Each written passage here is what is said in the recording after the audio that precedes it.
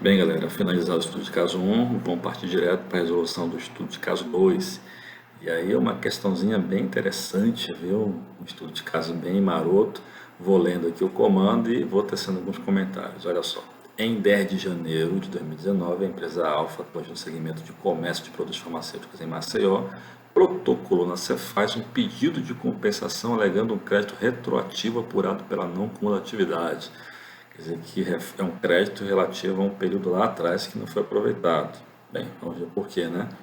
No entanto, as notas fiscais de entrada apresentadas pela empresa referiam-se a mercadorias enquadradas no regime de substituição tributária, ou seja, com recolhimento antecipado do imposto pelo fornecedor. E aí aquela situação, né, em que o fornecedor substituto tributário calcula o valor do imposto e embute na nota, essa nota vai ser paga pelo substituído e o imposto devido por ST é recolhido pelo fornecedor pelo substituto tributário em favor do Estado, né, do Estado destinatário.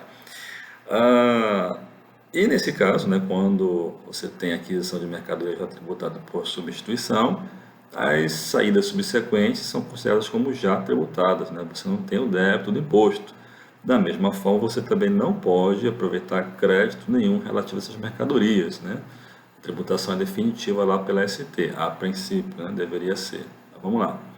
Apesar disso, o ICMS havia sido pago novamente pela empresa Alfa quando da apuração do tributo sobre as notas fiscais de saída.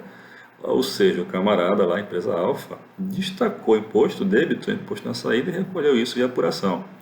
Para ter feito isso, ou fez com erro, não era para destacar imposto e destacou, mas não tem essa informação aqui, ou então você está diante daquela situação em que a empresa vende para um outro estado, né? Porque na substituição tributária presume-se que o fato gerador final vai ocorrer dentro do estado para o qual foi recolhido a ST.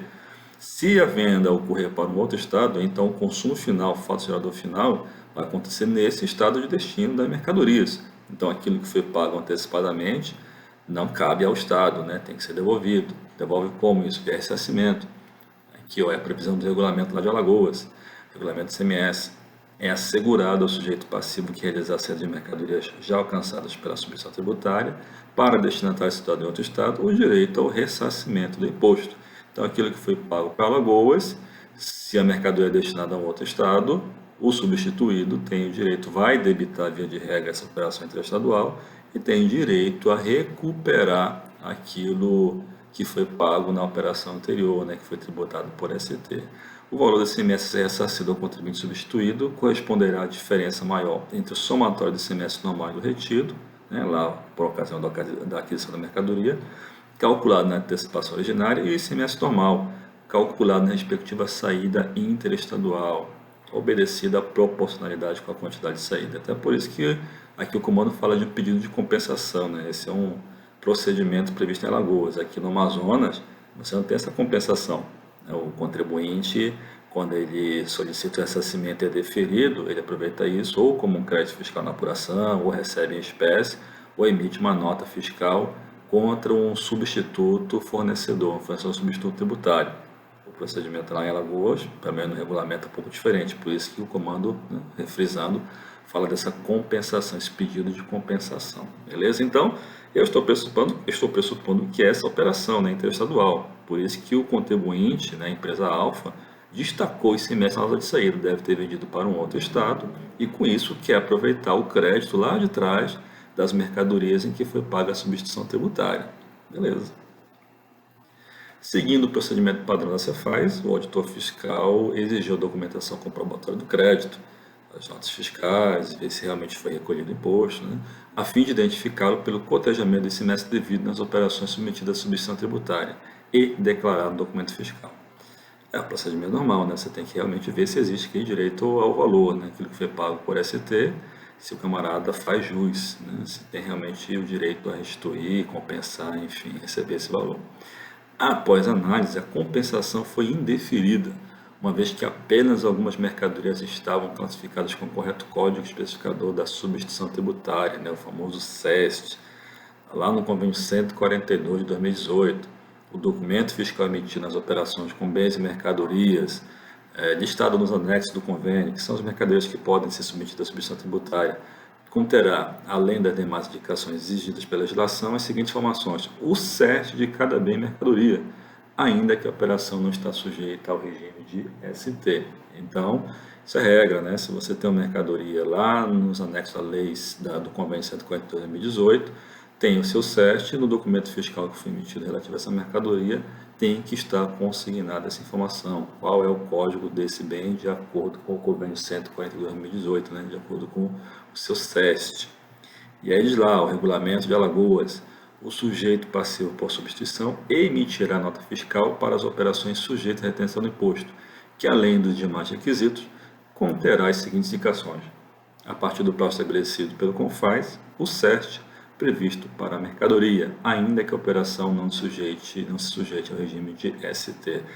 Então, beleza, amigo, está lá definido, né? Se a mercadoria tem CERT, tem que estar informado no documento fiscal. O auditor fiscal, responsável por avaliar, analisar esse pedido de compensação lá da empresa Alfa, verificou que as notas apresentadas não tinham, em sua totalidade, a identificação do CERT de cada bem, né? De cada item, de cada mercadoria. Por isso foi indeferido o pedido.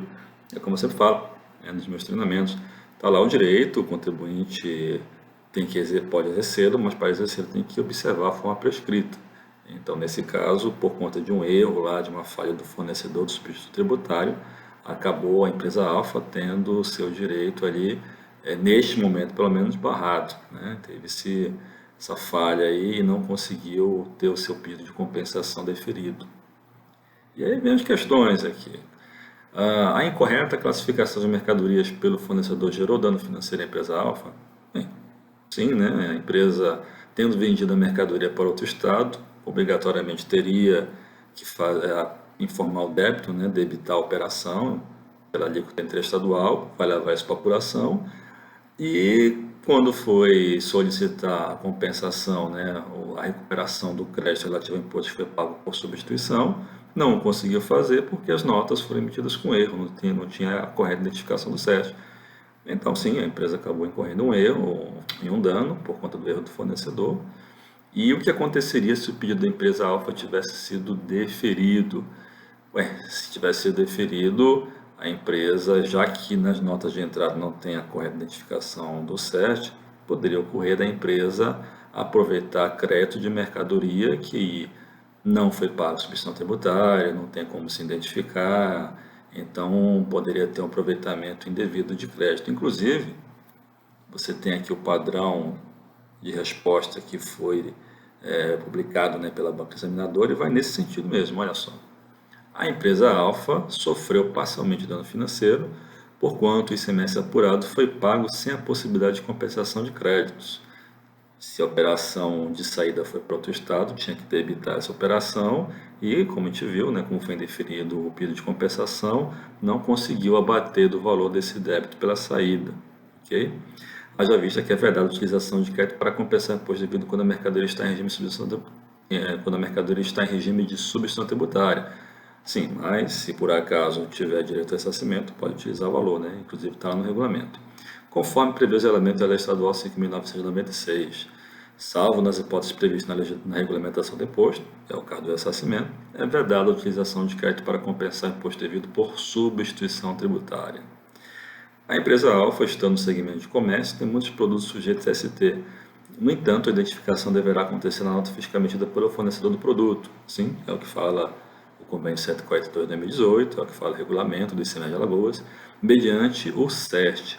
A não identificação ou a identificação generalizada a todos os produtos existentes na nota fiscal impossibilita a correta apuração de ICMS, o que, em vários casos, ocasiona aproveitamento indevido de créditos inexistentes. O que aconteceria na situação, no caso o pedido da empresa fosse deferido totalmente? Bem por aí, né, gente? Tem o direito, mas para exercer o direito tem que observar a forma prescrita na legislação. Beleza? Então é isso, meninos e meninas. Essa foi a nossa primeira videoaula aí, resolvendo uma questão de concurso público. Espero que tenham gostado. Se tiverem sugestão, já sabem, podem colocar aqui no Instagram, podem colocar lá no YouTube, no Twitter, ou passar pelo e-mail alan@alancorreia.net.br. Beleza? Espero que tenham gostado. Até a próxima.